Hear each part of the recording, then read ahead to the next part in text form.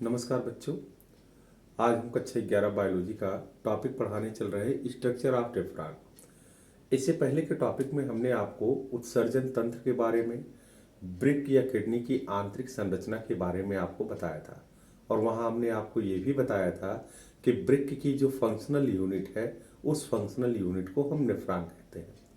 आज उसी नेफ्रॉन के हम स्ट्रक्चर के बारे में पढ़ते हैं कि नेफ्रॉन की संरचना होती कैसे है। नेफ्रॉन का यह फिगर बना है बेटा। इस फिगर में नेफ्रॉन अत्यधिक कुंडलित नलिका के रूप में, इसे हम वृक्क नलिका भी कहते हैं, जो वृक्क नलिका है वो अत्यधिक कुंडलित नलिका के रूप में पिरामिड्स में उपस्थित होती है, रीनल पिरामिड्स में पाई जाती है। इस पूरी वृक्क नलिका के कुल 4 भाग होते हैं। टाइप भाग हम सब लिख रहे हैं बेटा। ये जो सबसे पहला भाग इसका प्यालेनुमा है, कप शेप स्ट्रक्चर है। इस कप शेप स्ट्रक्चर को हम कहते हैं बाउमेन कैप्सूल। बाउमेन कैप्सूल या इसे कहते हैं बोमन संपुट। बोमन संपुट ये इसका पहला स्ट्रक्चर होता है। दूसरा, बोमन संपुट के पश्चात ये जो वृक्क नलिका है ये कुंडलित हो जाती है, क्वाइल्ड हो जाती है। इसको हम कहते हैं प्रॉक्सिमल कॉन्वुलेटेड टिब्यूल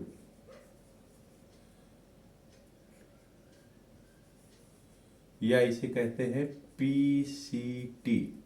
हिंदी में इसको कहते हैं समीपस्थ कुंडलित नलिका। इसके बाद ये जो समीपस्थ कुंडलित नलिका है ये एक यू के आकार का, कैपिटल यू के आकार का घेरा बना रही है, लूप बना रही है।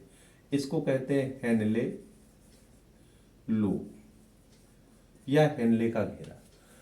चौथा इसका पार्ट है जो हेनले लूप है, ये फिर बॉमन संपुट के पास जाकर कुंडलित हो जाता है, क्वाइल्ड हो जाता है। इसको हम कहते हैं डिस्टल कॉन्वुलेटेड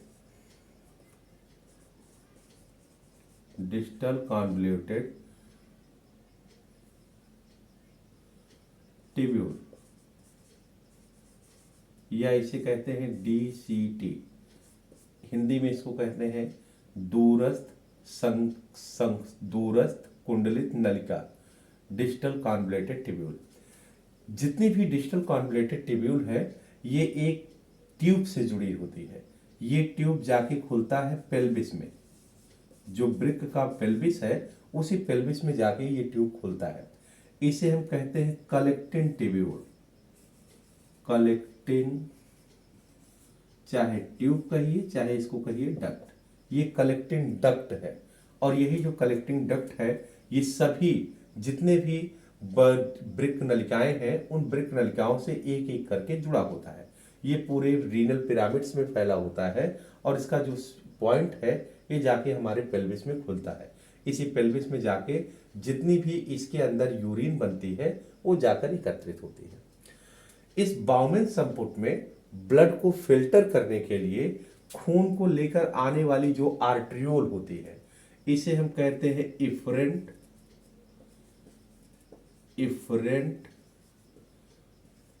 आर्ट्रियोल। इसका मतलब होता है अभिवाही धमनिका। अभिवाही धमनिका। ये जो अभिवाही धमनिका होती है ये ब्लड को लेकर आने का कार्य करती है बाउमेन संपुट में। जब ये ब्लड को लेकर आती है तो यहाँ पर ये छोटे छोटे कैपिलरी वे टूट जाती है। ये ब्लड कैपिलरी का समूह है। लगभग 50 ब्लड कैपिलरियां बनते हैं, 50 रुधिर केशिका बनती है और इस रुधिर केशिका को हम कहते हैं ग्लोमेरुलस या इसे कहते हैं केशिका गुच्छ। जो ग्लोमेरुलस की ब्लड कैपिलरी है ये फिर से आपस में ज्वाइंट होती है और ज्वाइंट होकर ये भी आर्टियोल के रूप में बाहर निकलती है।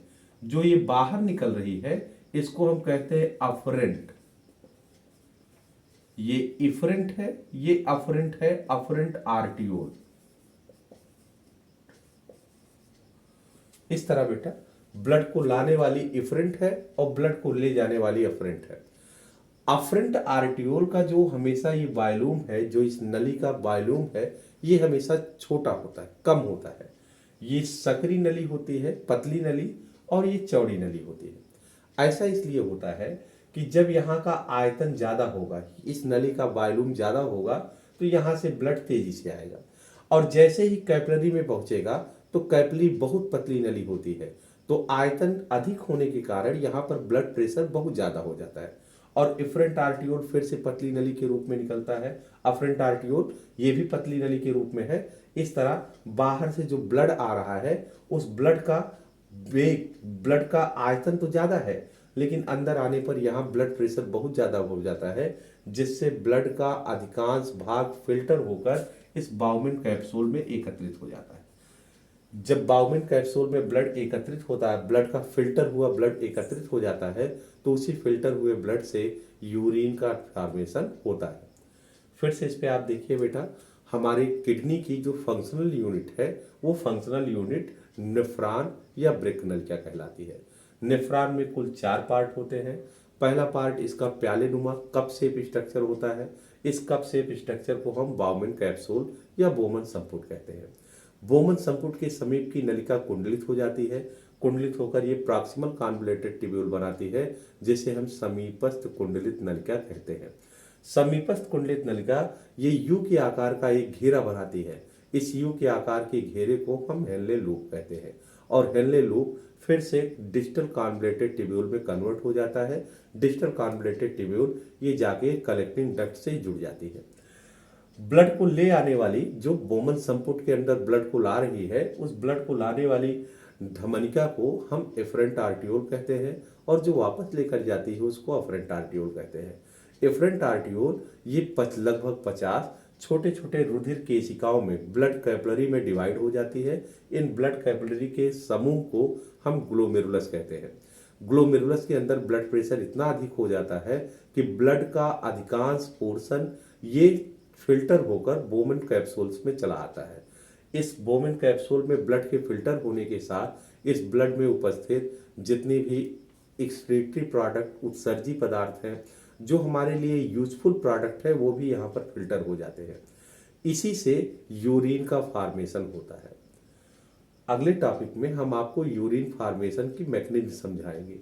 इससे रिलेटेड, इससे पहले आप किडनी के बारे में, हमारे उत्सर्जन तंत्र या एक्सक्रीटरी सिस्टम के बारे में, और इसके जो नेफ्रॉन की स्ट्रक्चर है, नेफ्रॉन की स्ट्रक्चर के बारे में अच्छी तरह से आप पढ़िए।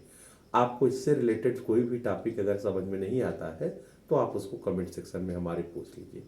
इसके बाद वाला टॉपिक हम मैकेनिज्म शुरू करेंगे कि इस नेफ्रॉन के अंदर यूरिन का फॉर्मेशन कितने स्टेप में होता है।